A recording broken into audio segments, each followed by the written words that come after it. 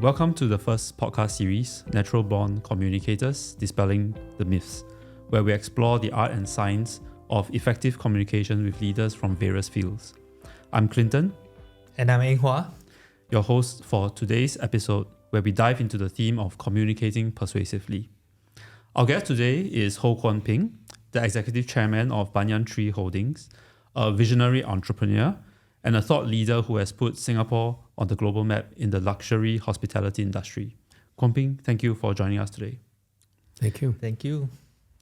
To kick things off, you've had a remarkable journey across various fields, right? From journalism to leading Banyan Tree Holdings. What core principles of persuasive communications have guided you through these diverse roles? Well, first of all, I think communications is a very big word and can mean a lot of different things. It can mean oratorical skills, which you need if you're addressing or communicating to a very large group of people, whether it be a town hall or a conference and so on, where the skills of communication through oratory are very important. Communications can also mean written communications like a press release, which requires different skill sets, or it can mean communicating on a one-to-one basis with individuals where oratorical skills are hardly necessary, but where a appreciation of where the person you're talking to is coming from is most important. So I think communications by itself must be broken down to a closer idea of to whom you are trying to communicate.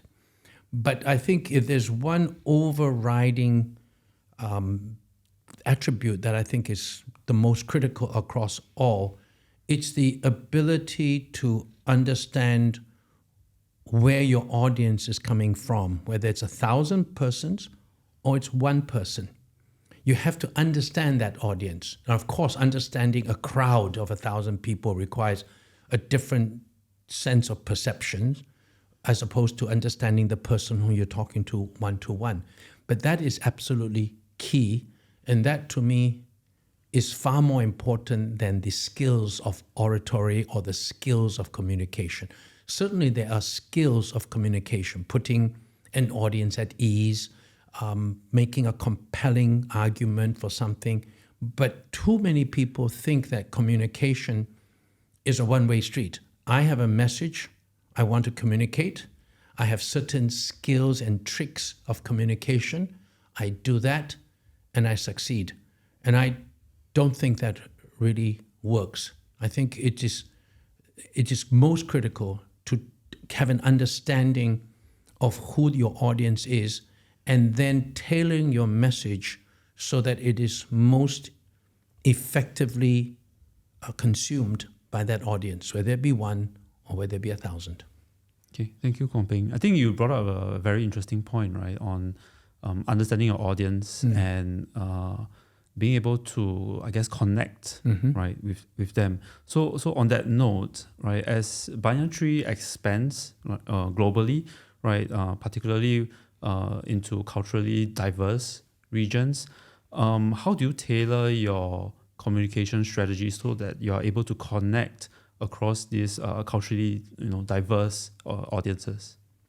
That's kind of interesting because there's obviously, I say it's interesting because I found that communication is not only direct. Communication is creating a culture where people even talk about how you communicate. So let me just give you an example. We're not a very big organization, but we're probably medium-sized, but in contrast to our size, which is only about 15,000 people around the world, and you can have easily 15,000 people in one factory in China, but our 15,000 people are spread across something like 60 nationalities and 30 countries and all the time zones in the world. So as we've grown, we have orientation programs, I conduct town hall meetings and so on. So that is, at the biggest level, a relatively impersonal way of communicating where you have to do it by Zoom. Or you do it even physically. We had, for the first time since COVID, a global gathering of all our general managers, 300 over people. I gave a physical talk and I communicate. But those are all basically a large format kind of communication. And of course, for that, you need to have the clarity of your thinking. You have to have simple messages. You must think about the takeaways and the deliverables that you want your audience to take away with them, and therefore not overcomplicate things, which a lot of people tend to do. They digress, they overcomplicate, they think about what they want to deliver as a message rather than what they want the person who is the audience to leave the meeting with. So that's what I would call the large format meetings. What is also very important is that within every organization, if you're the CEO and so on, there's always going to be a lot of talk about you as a person. So if you have a consistent way of interacting with individual people, small people, the people at the line level, whether it be a factory or hotel, how you communicate with individuals generally is going to be spread around by others also. Even people who have never engaged with you one-on-one would hear about how you engage with people one-on-one. That then creates a company culture where all the people at the ground level would say, well, even our CEO is very personable, communicates one-on-one, looks people in the eye, and so on and so forth. That sort of culture then spreads to other people, even if they've never met you. And very importantly, also spreads to your subordinates and your close associates who do work with you. So my basic point here is that in an organization that's very dispersed as we are, there is both the importance of the direct communication through large formats, conferences or Zoom, but also the very important culture that is created about the communication values within the company as set by the CEO through people talking about how the CEO likes to communicate with people and the effect that has on the rest of the organization. Wow, that's interesting. So on that note, I mean, when you talk about sharing with people, right? Do you think storytelling is a good way to get them to remember key things? And in all the different communications that you have done, whether internal and external, what is this story? Have you used any storytelling techniques, an example that you can share that really resonate with people and make them remember? We do. We have a lot of storytelling because for a young company like ours, where I am the founder, and it's not because of any personal vanity, right? That, I'm the big shot, I'm the founder, and so on. But one does realize when you have an entrepreneurial company, you need to create a culture. You need to create a culture where there are narratives and there's stories. So, in fact, long after you're gone, there's this culture that goes on and these stories. We call ourselves like a village, and there's oral history to a village. I'm now the real elder in the village who's going to pop off soon, but I hope that after I pop off, the stories about the founding, for example, of Banyan Tree in particular. So we do have narratives that are very important to us. One of the most important storytelling is about the origin of the name Banyan Tree. And why it's important to our values is because people do wonder why we call it Banyan Tree and not, since we started as a beach resort, why not cocoa palms, sunseekers, coral reef, and all those other kinds of names. A banyan tree doesn't actually grow by the sea. And it started, as the narrative goes, because when my wife Claire and I got married, we really didn't have any money, and I was a poor journalist. I went to Hong Kong. We couldn't live in Hong Kong. We couldn't live in Kowloon. We lived in a little fishing village because it was the only place we could afford, and you have to go by boat every time, and there's no cars there, and so on. And we were not rich at all, and we stayed in a tiny little fishing village hut. But for 3.5 years we lived there, and it was the happiest time of our lives as a young poor couple without children, but it was romantic, it was idyllic. And to us, that period of our life was something that we want people to capture when they come to a banyan tree. That village was known as Yong Shu Wan, which in Cantonese means Banyan Tree Bay. So that's the origin of the name. And you can see how that storytelling is important, because it basically says that while people may think banyan tree is associated with luxury, it is not at all. And we use that for all our orientations. We remind people about it. Often when I get interviewed about the origin of the name Banyan Tree, and to our own associates, we keep on repeating this storytelling because the origin of the name Banyan Tree actually shows people that the values behind Banyan Tree is not about a brittle luxury, as meaning crystal chandeliers and silverware and so on, that romance, time together with your loved one, memories and experiences, that's at the very core of Banyan Tree, as exemplified by the life that my wife and I had as poor married couple living in Banyan Tree Bay. So you can see that kind of storytelling is quite powerful because it is true, and we started it 30 years ago.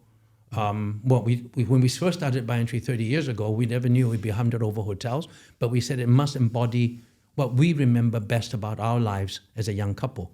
So when you embody values with a pretty compelling story, it's not faked because it's provable and real, and it's the whole origin of the urban legends that will grow around a company. Every company needs narratives. Every village needs to have its own oral history. And so I think storytelling in the right way is far more important to inculcate values than simply acronyms and motherhood and apple pie statements.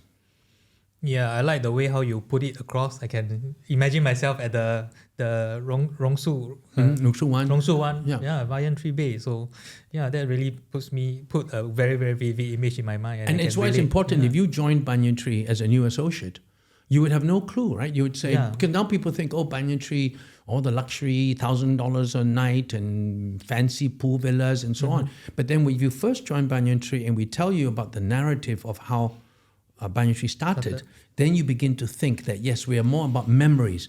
We're more about intimacy, romance. We're more about all these values of experiences. Then you remember that narrative and you pass that narrative on to other people. It's quite powerful to have appropriate. And we do storytelling about many other things. We do storytelling about how we went through so many crises together, the town hall meetings that we have.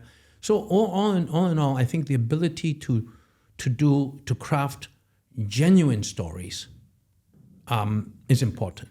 But people can also go overboard and create all kinds of stories that become no longer compelling, but a bit too convenient, and it loses its authenticity.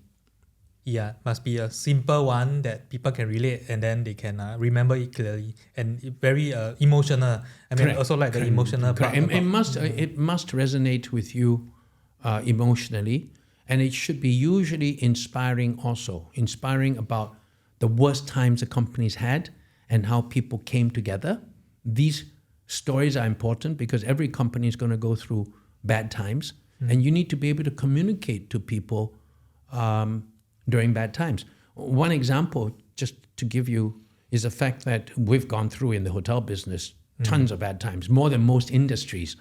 Hospitality is very susceptible to event risk. So whether it be a health risk, SARS or COVID or whatever, political risk, a riot or war in this place or that place, natural disasters with, the tsunami and so on. So hospitality is very, very susceptible to risk. So we've gone through a lot of bad times. And every time we have a bad time, it's an opportunity for me to gather our people together, to come together, storytell about the last bad time, how we're going to get through it. And then after it, when people then enjoy the fruits of their sacrifices, we create more stories so that every time you have a bad time hitting you, and we know it's going to come again, even though we're having our best time now, people are imbued with a sense of resilience. And you've really communicated to them that we've gone through so many bad times before. This is just another bad time. Then people feel more secure. So communication is not also a one-off thing. When you talk about communication very early on, communication is a consistent process by which a leader continually communicates with people. It's not a one-off great speech, a one-off town hall, and then that's done. It's a relationship. So communication at its best is a relationship between people. Thank you, Kwon Ping. Right, I think I can really appreciate the very touching story which you shared about the founding of Banyan Tree, and that also reminds me of our recent National Day, where every National Day there are stories being told of how Singapore was being founded. Right. So now on the topic of talking about Singapore and Singaporeans, right? So Singapore actually has a reputation for punching above its weight, right, on the global stage. In your experience, how do Singaporeans, including yourself, leverage persuasive communication to take on global leadership roles? Well, there's many questions here. When you talk about we're punching above our weight, I think that was said once during LKY's days. We shouldn't keep on using it as part of our narrative because we might become a bit smug. We should, because it's also the whole metaphor there is a little bit violent also, right? When you punch above your weight, it's kind of like you're in a boxing class. We're not in a boxing match. We're not fighting Muay Thai with other countries. So the issue, I guess the better one is, do we have a soft power influence that is beyond our economic and geographical size, which I think we should try to cultivate, a reputation for integrity and so on and so forth. But punching above our weight, I know we use it. I'm not personally very happy with the analogy because of its sort of insinuations. In terms of Singaporeans as a whole, I think you asked about the issue of communications, which is slightly different than how can Singaporeans be leaders overseas, because there's many other attributes. But since you talk about communication, actually, I'm going to touch upon something here that I've been thinking a little bit about more, and that is to really look at our situation realistically in the world. Now, if you look at it realistically in the world, we live in largely an Anglo-Saxon world, and a sort of Anglophone world. Although we say we speak Chinese, although we say we can speak Malay, all our executives are generally trying to thrive in business in an English-speaking environment, as opposed to Russian, Polish, French, German, or even Chinese. We're not actually, many of us may be able to speak Chinese, but we don't really function in the Chinese business world. Yeah. So when you look at that in terms of communications, we are already disadvantaged in certain ways, because you would find that the people who can function the best in an Anglophone world are likely to be former colonies of the UK, in the Commonwealth. There are, of course, the African countries that perhaps have their own disadvantages. Then you have the two Caucasian countries, New Zealand and Australia, which are almost like the same as everybody else. So you've got the UK, you've got US, you've got Australia and New Zealand, which is a class by themselves. And then you've got India, which with the thin elite, thin meaning as a percentage of their own population is very small, but very large in absolute numbers, are perhaps even more English than the English. I mean, totally, the elite Indians are so articulate and so capable. They're occupying top positions even in the US, in Microsoft, Google, and so on.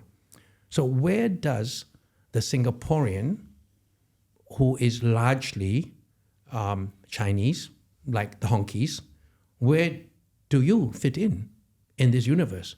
You're not likely to be a great leader in a German company, in a Swiss company or French company. You're trying to make it within an English-speaking business environment where you have really inherent disadvantages. So the point I have here is that when we talk about communication, we're always still thinking about how do we best express ourselves in English without remembering that one of the big advantages we should have as leaders is to be able to communicate perhaps in a multicultural world where the language is not only English, but maybe yet another language.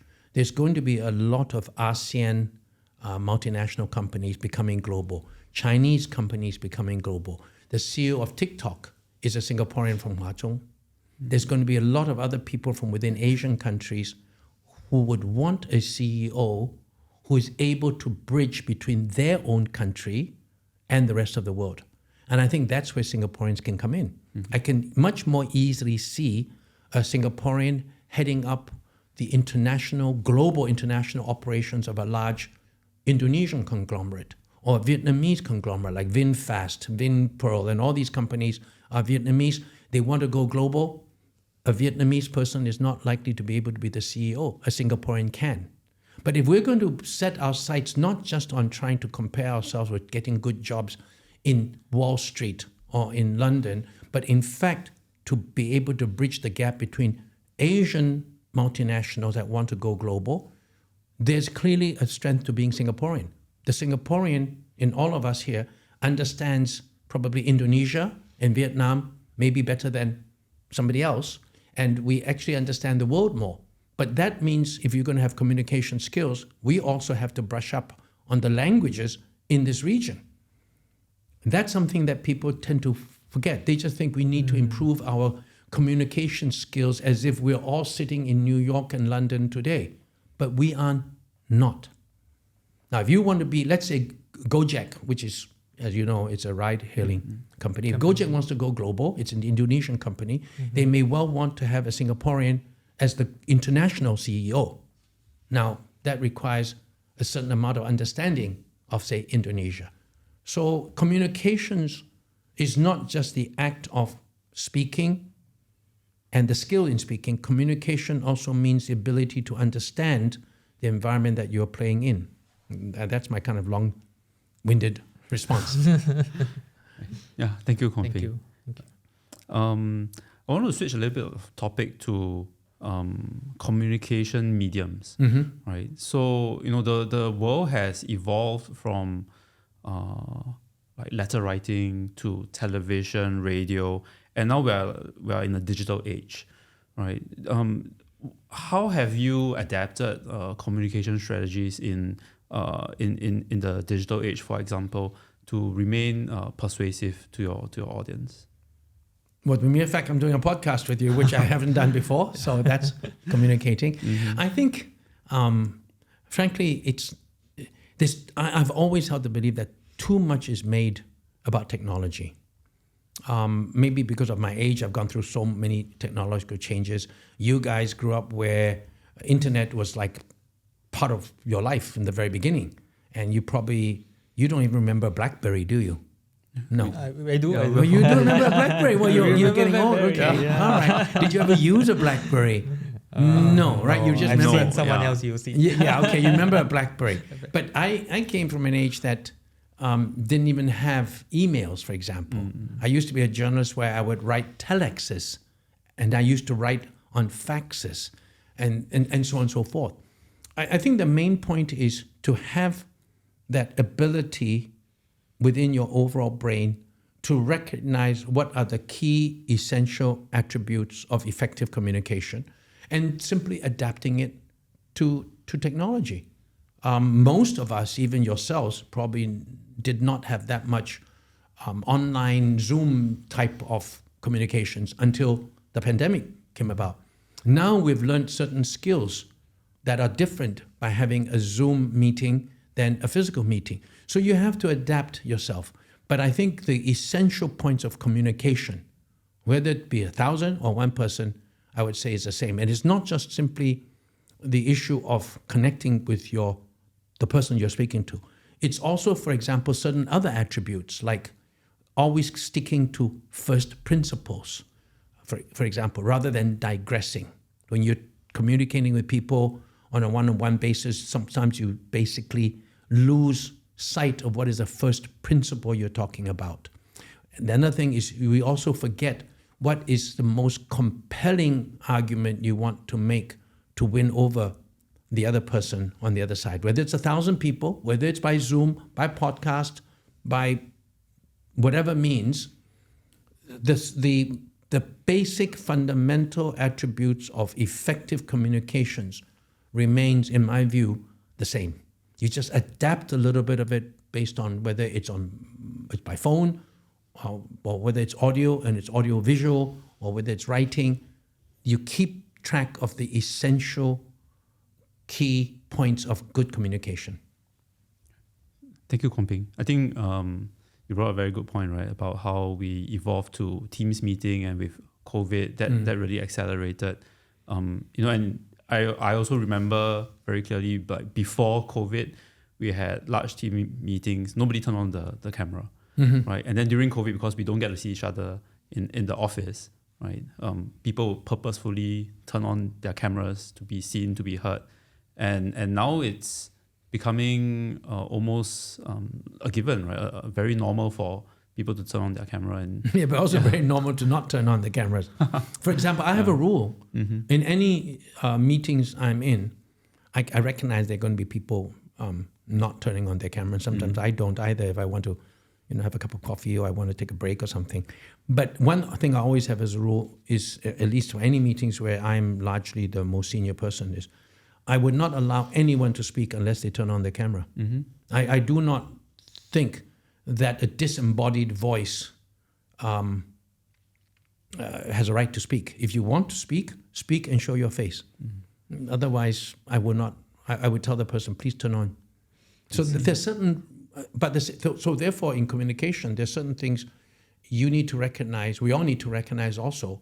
And to me, one of them is no disembodied voices in a Zoom meeting. It's disrespectful to everybody else. It's okay if you turn off the camera and you're doing something else, but if it's a big meeting lasting 3 hours, it might not always be on the point, on the subject you're interested in. But if you're going to talk, you have to turn on. So there's certain etiquette that is required for different medium of communication. Yeah, I think that I really resonate with that point. I mean, I always see in certain Zoom meetings that the people don't show their face and you got no idea what they're thinking. And then the visual cues, right? How the people are looking, how are they smiling when they're talking? Is it something they're passionate about? Or is it something that they are just saying it just on script or whatever? So I think the cameras really help having a face to the voice. And that's very important. Yeah. And especially so in this environment where trust is something that is very important. And then in the digital world, right, it's so easy for people to come up with so many different kind of fake, so-called fake app or trying to scam people. And trust is very important in this luxury space, right? So again, so just to bring back to the topic on communication and trust is also very important, right? How do you then use all these kind of visual skills? How do you help to enhance the trust that people have other than face-to-face communication? The trust in you or trust in the medium? In the medium or even the organization, the story that you want to tell. Yeah, even what is the expectation. People have very high expectation of the luxury market, right? I think you want like for example, a Gucci bag. We want something that is you want to do a real Gucci bag, but now there's so many fake stuff around. So how do you then build trust? How do you then let people know that you are the genuine, the real Banyan Tree rather than another one, someone else that's. It's a little bit easier for us. If you're not now, I guess you're talking about more communication in terms of advertising, correct? As opposed to one-to-one communication, building trust. If it's building trust between a CEO and the audience, and it's quite easy, except for deep fakes where somebody's putting your face onto pornography. Other than that, pretty much people know it's you, correct? Yeah. But it's in trust in the product if you're using social media, particularly if you're using social media, if you're using KOLs and so on. So much of what you see is the promotion of a product is either fake, not deep fake, but it's faked, meaning you paid for it through KOLs. Then the social media is also works both ways. You can have social media who basically trash your product because they just don't like you because you're not willing to pay the price they want you to have, and so on and so forth. I think the only thing you can do to build credibility and trust are, you've got to have your own means of communication through social media. And so we do a lot of that. We generate our own videos, which people know is ours. And we try to build up a following as to what Banyan Tree is about through our own generation of social media. And then, of course, we try to get social media. We never pay for KOLs. We never get KOLs to come and influence us and so on. But we do like it if, in fact, the buzz about our product is spread by other people. Now, way before social media and the internet, we have always maintained that paid advertising, this is in the days of only print advertising, okay, or television advertising. We've always maintained that paid advertising is never as important as word of mouth. And these are the days of word of mouth when the only word of mouth is through, let's say, cocktail parties. So we would say that in a cocktail party, one person who's experienced a great banyan tree experience and has spread it around to 10 people in a cocktail party environment is 10 times more valuable than a paid advertisement. Now, that's in a different age altogether. But the same holds true today with social media also, that the validation of your product or your service by genuine users is always far more important than your self-promotion of a product. So we try to emphasize that. We go in for awards, because awards which are generated, there are two types of awards. Awards which you basically buy by taking up paid advertising, which everybody knows is fake, or genuine, reputable awards by third parties with rigorous judging. We do go for these awards because we know that they are proxy validation by third parties. So that's why people can trust. We've gotten a lot of Condé Nast Traveler Awards, Travel and Leisure Awards. These are two names of magazines that people know and trust. They're also magazines that you can buy awards. So Singapore Airlines is the same thing. When I was director of Singapore Airlines, we were told about how aviation magazines would come and say, would Singapore Airlines like to be number one? You just pay this and that.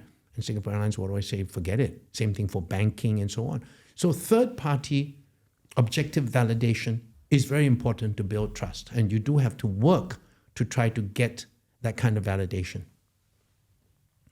Great. Yeah. Thank you, Kong Ping. I think you interestingly touched on the importance of building brand trust, right, and validation. And, through today's social media, be it like a YouTube or kind of like a TripAdvisor, people can actually leave comments. And during some times, you may get also negative comments. Of course. And I'm pretty sure in your entire course of your career, you've had your fair say of like naysayers. Of course. Right? Yeah. So can you share with us any incident or any case where you've developed a strategy to overcome resistance to certain ideas or certain changes which you are trying to implement? Well, I think that's not the same question as what you mentioned about naysayers and so on. I would say regarding naysayers, we immediately identify two types: the genuine aggrieved guest, and you wouldn't be surprised by this, how many people go out of their way to basically complain so they get free stays. Okay, lots of people, and by now we can pretty much sort out these people without even using AI. I'm sure if we use AI in the future, we can see who's genuine, not genuine. We can tell pretty easily. The people who complain about us because we know they want to get compensation and the claims are really, really, really non-existent because we double check with our own staff and so on, and much of it is completely fictionalized. We basically go to them and say, take us to court, whatever you want to do, but we're not going to be bamboozled by you or extorted by you. That's it. We throw it out. We take it very harsh. We're not even going to consider you. And usually we can find out quite easily. The genuine ones, we bend over backwards, because our theory is not only do we need to make the aggrieved person happy, because if the person was aggrieved so much that they need to write to you, it must mean a lot to that person. And so you've got to make that person feel better. But more importantly than that is if that person has a positive experience in our service recovery, that person is going to spread it to friends and others and say, well, I had a bad incident in Banyan Tree, but the way they helped me on it is really impressive. That adds to the brand trust that we have. So that's how we deal with naysayers. In terms of suggestions that people have for us, obviously, if it's a usable one, we run with it. I think what's more important, and you're getting into the issue not so much of communications, but more into innovation, is the question of how do we try to instill a culture of innovation within the company? How do we get our own colleagues to be innovative and so on? But that's a separate topic altogether. Okay, thanks, Koping. The next question I have is a little bit more on empathy, right? So leading a global enterprise involves understanding various perspectives, understanding where people are coming from, as we've mentioned at the start of the podcast. How do you factor in empathy, and what do you do to really help you understand where people are coming from when you're communicating with them? Well, that sounds like it's a setup question, meaning it's a question we would put you up to for us to answer, because it's an ideal question. The reason being that we've often said that at the very core of our service culture is the word empathy, which may be a bit team sounding, and so we've embedded it in 4 words, which is I am with you. And that is the very core of our entire service culture. If I can take you a step back, one of the reasons we spend so much time thinking about empathy is because as a service company, we have long noted that service is often equated with servitude. It's a very thin line. I serve you, but I'm almost like a servant to you. You treat me pretty shittily. I still have to say the customer is always correct, which is 95% of the time untrue. You can be really bad and so on, and I have to keep my mouth shut and so on and so forth. And the result of that is generally a deep degree of loss of self-respect by the service provider, that you treat me so badly, I have to take all this. And I just basically serve you like a servant. In my business, if all my colleagues, particularly the front line, feel that way, they will be dispirited. They will work with a deep sense of resentment towards the people they work for. And that is going to create a very toxic culture where I'm working in the company simply because they pay me and I don't particularly like this industry. That's not how we want a service culture to be. So we basically went to the basics and said, why should you serve somebody else? And the reason is you should serve someone else because you have empathy for that person. Empathy both on the pain alleviation side and on the happiness enhancement side. So if I serve you today and you're actually pretty nasty to me, I would try to be empathetic and not just hold it inside me and feel bad. I would try to be empathetic and understand, why are you behaving like this? Maybe you had a fight with your partner, maybe you had a long flight, maybe you're not feeling well. So I try to empathize, and I then try within my power to make you feel better. If I see you relatively happy with somebody else, I may think that maybe it's your anniversary, maybe you just proposed, maybe there's some reason you got a promotion, whatever it is, your birthday. I then try to find out more, and I'm empowered to actually increase your happiness. So I have some sense of self-agency. I'm not just serving you. I can actually try to make you happier if you're not happy. I can make you even happier if you're happy. So I have a sense of self-respect that I'm almost like an equal. I can affect your attitude. But that can only be possible because there's empathy in me for you. And hopefully by the showing of empathy towards you, you begin to understand and you show some empathy for me also.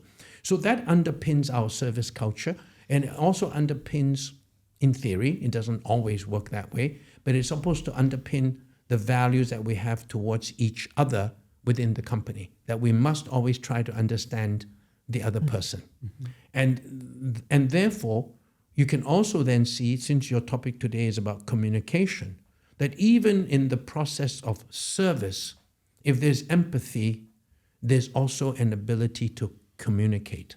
And good communication between a service provider and the service receiver, which is on a one-to-one basis, that good communication, which is very small, very individual between two people, that communication also underpins good service culture and underpins empathy. So communication and empathy are very, very important, whether it be communicating to 1,000 people, why you have to let them go, or have a pay cut, or on a one-to-one basis when you're communicating with a guest about their anniversary. So empathy and communication are critical attributes to each other. Thank you, Kong Ping. Yeah, I think that's the very, very good point. And so in terms of the empathy part, right? So I mean, for your sharing about how you take care of your customers, your clients. So in terms of during the COVID part, right, when there's a very, very big crisis, and then a lot of the, like you said, the earlier podcast where all the hospitality is very much whole affected, right? How do you overcome that crisis with the communication strategy you have to your internal stuff? How do you go beyond the storytelling that you shared earlier about we've been through this, we have done that already. Oh, you got to know about that. When you have a real crisis, when you have a real crisis, and you tell stories, people are going to say, stories ain't enough. Yeah, exactly. So it's, I guess, the real skill of whether you have created a culture and whether your storytelling in the past has been effective or not is when people have to take sacrifices, right? If it's good news, you're telling everybody they're having the biggest bonus in their life. I mean, it's not difficult story. It's not difficult communication skills. You can do anything and everybody will love you for it. It's when you're going to hurt them and hurt their pocket, and also even let people go, that you really need to build upon the reserves of goodwill that you've established with them. So during COVID was only the worst case and the most recent case to this. We've had to do it in other times. When the tsunami hit, it just obliterated our business. SARS also hit, so it's been many times. So we've learned by now the effective communication skills for this. The first of all is you must do it face-to-face, meaning, and it must be coming from the top. So as a CEO and the chairman, I had to hold multiple town hall meetings where essentially you put yourself up there, you talk to people. It has to be town hall. It can't be one-to-one. And you have to deliver the bad news. And you then have to essentially sell them the bad news, which could be you have to let people go or you have to have a pay cut. When that happens, the only thing you can do is explain to people why you have to let people go. And also you have to have had a track record that you do not let people go simply because of profitability. Like in a lot of Western companies where profits is above people, even if you've got 1 quarter of falling profits, not loss, falling profits, people are let go, right? In order to maintain the profits for shareholders. We've never, ever done that. So we've established a certain credibility, and you have to share information. We share information with people, even to the masses of people, that our burn rate is such and such. If we do not cut our cost by so and so, the whole enterprise may fall. We may all kill ourselves. So some people have to be sacrificed. And the sacrifices are usually we would say, last in, first out. We have to give a principle for it, that if it is not due to bad behavior where you retrench people because they're not doing well, but if it's massive layoffs, you have to give a principle. You have to communicate transparency as to why you're doing the painful thing. Now, you are never going to get people who like you for it, but you can earn respect through transparency, right? People are mature enough to know I may have to be let go, but I know why the company is doing this. They're sharing the figures with me. They're telling me why I will have to be let go. And they're telling me also the circumstances by which I'll be rehired again. So you have to explain all that. People are not stupid, and people tend to think that if you're a frontline factory worker or the frontline service provider, they're stupid, which is absolutely untrue. So you got to level with people, tell them what the situation is and what you have no choice to do, but what you will do also if and when the situation improves, and you have to follow through. They have long memories. So we rehire back immediately the people who have to let go. If you're asking people to take sacrifices, you have to say it starts from the top. We had unpaid leave starting from myself, no pay at all, which of course people know I can survive with no pay, but at least it's symbolic. But then I have senior executives who do depend on the salaries that they have, cutting their salaries by 50%. And then the lowest people, the lowest on the rung would get maybe 10, 15% pay cut. So I think you have to level with people. That's the most important message I have about communications when things are bad. You have to tell them why it's bad. You have to build in them a sense of trust that you are forced to do this because you have no choice. And if they believe you, they will stick with you. And very importantly, with every bad time, unless you go bankrupt, which thankfully we did not, when good times come again, as we're now experiencing the best times ever, we're giving the highest bonuses ever. We're rehiring back people, as many as we can. So over a period of time, this buzz goes around the company. People know this is what's going to happen. Next time, I'm absolutely sure we're going to have a crisis within the next few years. Something will happen. I have no idea what it is, but I have absolute confidence, having gone through COVID, that when the next bad time comes and I'm stuck with another town hall, everybody will rally around again. So you build credibility.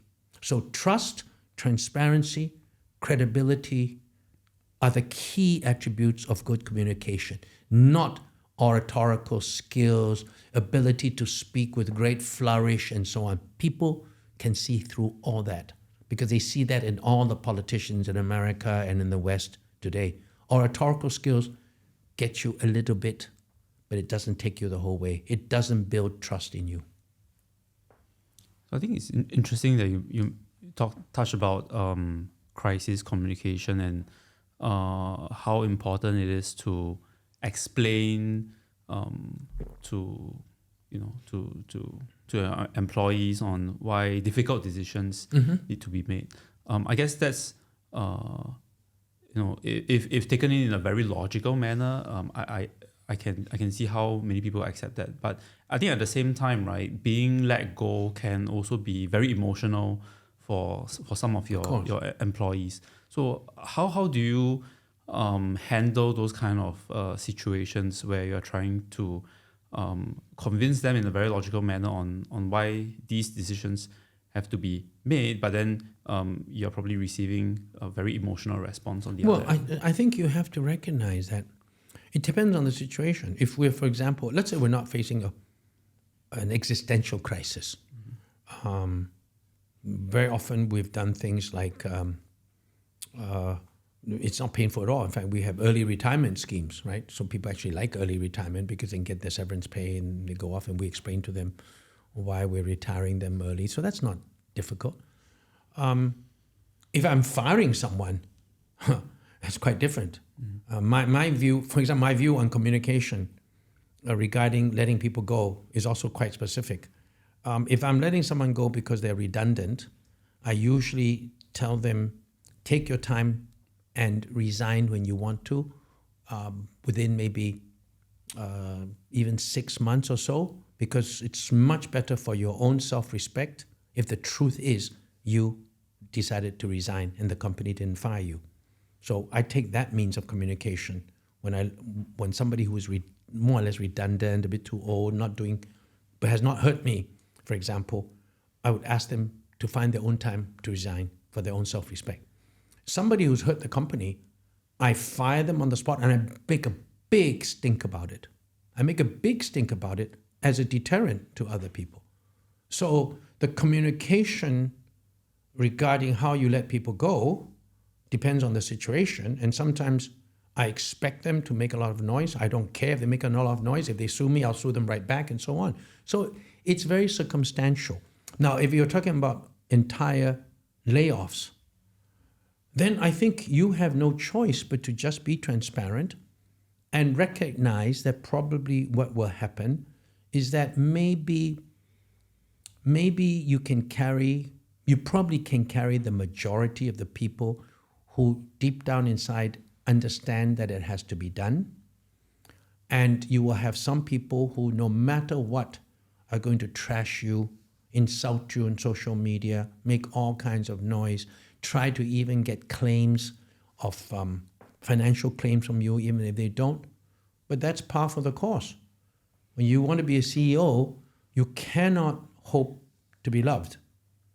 You have to only hope to be respected. That's in fact something LKY said, and that was true. I don't think many people liked him, but they all respected him. So yeah, any CEO or any leader who wants to be loved, I think is not going to succeed. But any leader who doesn't care to be respected would also never succeed. Yeah. Thanks for sharing your insights. We have one final question, and maybe for our SGLN community, I want to touch on the topic beyond communication. So many fellows in SGLN, we are looking to take on global roles. Do you have any advice for Singaporeans looking to walk the global path? Yeah, I've actually said a little bit earlier, and I'm doing it later on for you, and that is, I think we need to actually be quite more granular about what you mean by a global role. And I think all of you need to start thinking about what you mean by a global role. If you say global role, I mean, meaning what is the ultimate objective you have, okay?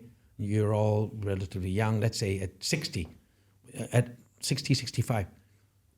What do you want to retire as your wildest ambition? But achievable ambition. If it is to be country head of a global multinational, I'd say easy. I think there's a lot of things already in the Singaporeans' favor, even leaving aside your own particular attributes. Just being a Singaporean senior executive, you already have certain specific endowments of language, cross-cultural capabilities, and so on. Global head, to be a country head of a global MNC, a FTSE 1000, Fortune 1000 company, easy if you work hard. If you want to be a global CEO of a Western multinational, I would say probably very difficult. Not because of your ability, but other reasons which I don't need to go into here, but I touched upon a bit earlier. Very difficult. If you want to be the global CEO of an Asian multinational, which is currently regional and wanting to aspire to be global, and you want to be the global head, maybe not the head in that particular country, but the global head, I would say that is actually quite achievable. But you need to decide now, because the preparation to be a global CEO, whether of a Western multinational or regional CEO, that requires different types of preparations. And it also means setting your sights to decide whether you want to go super high and become the global head of Microsoft, Google, all the Silicon Valley big companies and the American Fortune 1000 companies. If you think that's your goal, really think seriously whether you've got a chance, because if you try for that and you don't make it, you're probably going to be very disappointed. If you think you want to be something else, go for that and see whether you think it's possible. And if you think there's a chance of it, the preparation for that is going to be different. So my whole point is that as SGLN does its work, I think each of you need to consider, what does it mean to you to be a global leader? If it means simply the ability to function within a global multinational as eventually a country head, I'd say it's so easy, I wouldn't even put it down as an ambition. You just work hard at it, you'll get it. Okay. Thank you, Okay. Ping. Thank you. Thank you for such an inspiring session. So I should ask you guys what you want to be. Yeah, we should really think about it. Reflect and really reflect and maybe think we through. can, No, catch up. seriously, you do need to We reflect. need to reflect. Definitely. Yeah.